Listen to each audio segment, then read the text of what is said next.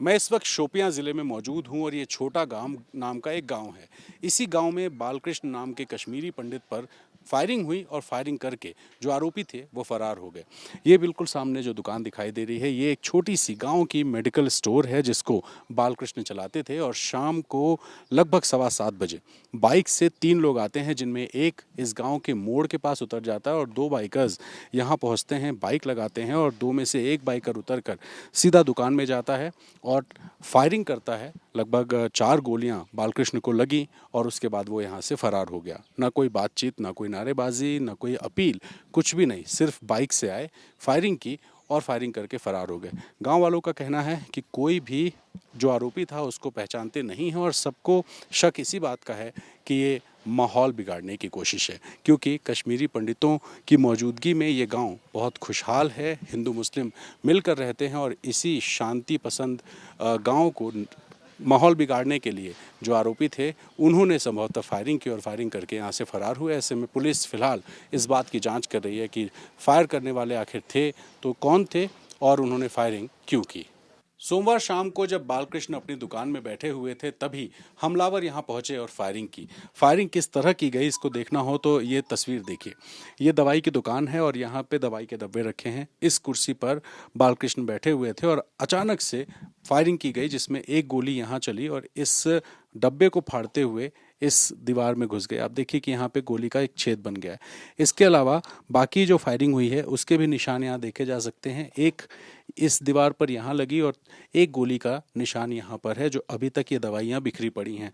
जैसे ही ये घटना हुई तुरंत आसपास जो लोग भी मौजूद थे, जिसमें बालकृष्ण के भाई अनिल भट्ट भी शामिल हैं और बाकी जो ग्रामीण हैं वो भी शामिल हैं, उन सब लोगों ने बालकृष्ण को यहाँ से निकाला और पास के अस्पताल ले गए।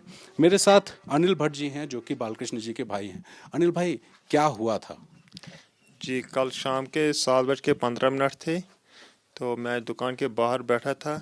ये मेरा भाई दुकान के अंदर था। यहाँ से बाइक पे 2-3 बंदे आए। वो अंदर, एक उनमें से एक अंदर आया, पिस्टल लेके अंदर से पिस्टल निकाल के उसके ऊपर अटैक किया, गोलियां बरसाई। तो वो अपने आप को बचाते बचाते बाहर भागा। मेरा भाई तो बाहर से चिल्लाने लगा, मुझे बचाओ, मुझे बचाओ, मुझे गोली मारी, मुझे बचाओ। तो हमने तुरंत उसको पकड़ के गाड़ी में डाल दिया, हॉस्पिटल किया, भेजा। तब तक वो बंदे फरार हो गए भागने में। कितनी गोलियां लगी आपके भाई को? उसको 4 गोली लगी हैं, 4 गोली। ये बताइए, कोई पुरानी रंजिश थी क्या, किसी से दुश्मनी थी या कौन लोग थे? किस तरह से अचानक हमला करने वाले, कोई आइडिया है कि कौन लोग? नहीं, ऐसे तो कोई आइडिया नहीं है। 2-3 बंदे थे, छोटे लड़के थे, बाइक पे आए। तो ऐसे हम कोई पहचान नहीं है। मैं थोड़ा दुकान के दूर में ही था तो मैंने दूर से देखा नहीं। जब वो चलाते चलाते बाहर आए तब मैं दुकान के पास, तब तक वो भाग गए। मतलब उनकी कोई पुरानी दुश्मनी नहीं थी? नहीं नहीं, किसी के साथ दुश्मनी नहीं। और हमलावर जो थे वो कम उम्र के थे? कम उम्र के थे। तो ये बताएं, ऐसा लगता है क्या कि आपके गांव में कोई ऐसा कर सकता है या बाहरी लोगों की साजिश होगी? आपको क्या लगता है? वो हम क्या बोल सकते हैं अभी, जब तक पूरा कंफर्म नहीं होगा। मेरा भाई भी आएगा घर लौट के वापस हॉस्पिटल से, तब पता चलेगा कौन था, क्या था, क्या किया। अभी हम उसके साथ ही लगे हैं। अभी हम कुछ नहीं बता सकते उसके बारे आपको लगता है कि ये माहौल बिगाड़ने की साजिश है? में। माहौल बिगाड़ने के साजिश है। और दूसरा जो ये बोल रहे हैं कि हम कश्मीरी पंडित वापस लाएंगे या रिटायर फौजी 1 लाख यहाँ बसाएंगे कश्मीर में, ये उसके कारण भी हो सकते हैं। कल बिहारी 2 पुलवामा में मारे, आज मेरे भाई को आए मारने के लिए, कल किसी और पंडित को मारने के लिए जाएंगे। ये तो चलता रहेगा यहाँ सिलसिला। बिकॉज ऑफ इनको यहाँ कोई पंडित नहीं चाहिए। वही आपको मतलब आपके गांव में भी काफ़ी सारे मुस्लिम्स हैं, आप लोग 2 ही 4 परिवार यहाँ पे हैं। तो कभी ऐसा लगा कि 30 साल से जो माहौल था, कभी आप लोग महसूस किए कि इस तरह से बिगड़ सकता है? वो तो ऑलरेडी बिगड़ चुका है। वो तो कहाँ रहा अब। माहौल तो ऑलरेडी गांव खराब। के लोगों से संबंध अच्छा है? समझ तो अच्छा था उसको। तो हम सबसे ज़्यादा इसी को था, इनके साथ उठना बैठना। क्योंकि ये कभी रात को पेशेंट आते थे, इसको उनको जाता था टिकट विकट लगाने, सब कुछ। ये पूरा रात हम इसको मना करते थे, रात को मत निकलो, रात को भरोसा नहीं रहता है। ये जाता था हर किसी को हेल्प करने के लिए, मगर लास्ट में इसी को आए अब मारने के लिए।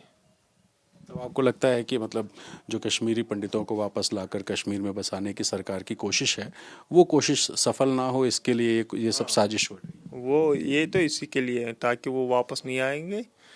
तो इस इंसिडेंट से हम लोग भी सोच रहे हैं कि हमने भी गलती की, यहाँ बैठ के हम भी भागना चाहते हैं। डर गए हैं आप लोग इससे? डर तो होता ही है ना, डर तो होता ही इससे। तो ये जो 89 90 में 89 90 में जो हुआ था, कश्मीरी पंडितों को निकाला गया था, तब आप लोग नहीं गए थे? नहीं, तब नहीं, हम बहुत छोटे थे। मैं तो 1 1.5 साल का था। तो डैडी थे उस टाइम, जॉब कर रहे थे इधर ही, तो उसने प्रेफर नहीं किया जम्मू जाना। वो उसने बोला कि हम इधर ही बैठेंगे, अपनी प्रॉपर्टी बचाएंगे, इधर ही बैठेंगे। मगर यहाँ तो वो नहीं लग रहा है अभी। उसी प्रॉपर्टी के चक्कर में हमने अपनी ज़िंदगी बर्बाद की, अपनी लाइफ ख़राब की यहाँ। आज हमें क्या मिला यहाँ? कुछ नहीं, न नौकरी न और कुछ, अनएम्प्लॉयमेंट है हम सब।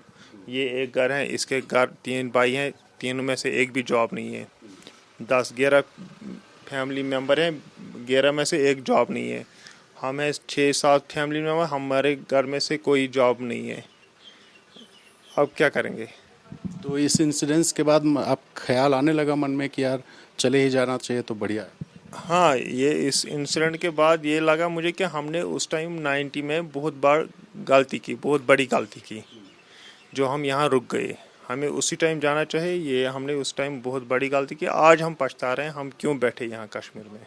सरकार तो कह रही है कि जो चले गए हैं उनको ले आएंगे, और आप यहाँ हैं तो आप वापस जाने की सोच रहे हैं। सरकार बोल रहे हैं जो चले गए उनके लाए, जो यहाँ हैं उनको क्या दिया आज तक? 32 साल में उनको क्या दिया? हमें क्या दिया? यहाँ जो नॉन माइग्रेंट कश्मीरी पंडित हैं, 800 फैमिली हैं हम टोटल। 800 फैमिली में 800 बंदे इन्होंने लगाए कभी नौकरी? 8 बंदे लगाए कभी नौकरी? 8 बंदे नहीं लगाए नौकरी। आज तक हमें क्या दिया? उनको रिलीफ सब कुछ फ्री ऑफ कास्ट मिलता है, जॉब भी। हमें क्या मिला 32 साल में? क्या मांग करेंगे सरकार से? सरकार को सोचना चाहिए। हमारे भी जो हमने 32 साल से यहाँ इतना कष्ट, इतने मुश्किलों का दिक्कत सामना किया, तो हमारा भी कुछ सोचना चाहिए यहाँ कश्मीरी पंडितों के लिए, जो कश्मीर में रहे हैं, जिसके लिए कश्मीर को हमारे से ही थोड़ा पकड़ है। अगर हम भी चले जाएंगे तो फिर क्या रहेगा कश्मीर में? फिर तो यहाँ हिंदू नाम ही खत्म होगा ना। तो मतलब आपको लगता है कि आप लोगों का कोई भला नहीं हुआ, और ये घटना जो हुई है उसने आपको डरा दिया? इससे तो हम पीछे चले गए और 10 साल। हम आज यही सोच रहे थे कि हमने क्यों गलती की, यहाँ बैठे। तो देखिए, अनिल भट्ट हैं, इनके भाई पर हमला हुआ और ये कह रहे हैं कि छोटा सा एक घर था गांव में, और इस घर को बचाने के लिए इनके पिता ने फैसला किया कि जो कश्मीरी पंडित विस्थापित हो रहे हैं वो उस भीड़ में शामिल नहीं होंगे, बल्कि अपना घर बचाने के लिए गांव में रहेंगे। 32 साल हो गए उस घटना को, आज भी ये परिवार यहीं रहता है। लेकिन जिस तरीके से फायरिंग हुई उसके बाद इनको लगता है कि इन्होंने गलती की, क्योंकि सरकार ने इन 32 सालों में कुछ इनको नहीं दिया ताकि ये कह सकें कि हमने रिस्क लिया और उसके बदले में सरकार ने हमें कुछ दिया। ऐसे में ये सरकार से उम्मीद करते हैं कि अगर कश्मीरी पंडितों का भला करना है तो पहले उन कश्मीरी पंडितों का भला करना चाहिए जो कि कश्मीर में रहे और यहीं पर अभी भी रह रहे हैं। अपने सहयोगी आदिल और कैमरा पर्सन प्रेम सिंह के साथ रणवीर, ABP न्यूज़, शोपियां, कश्मीर।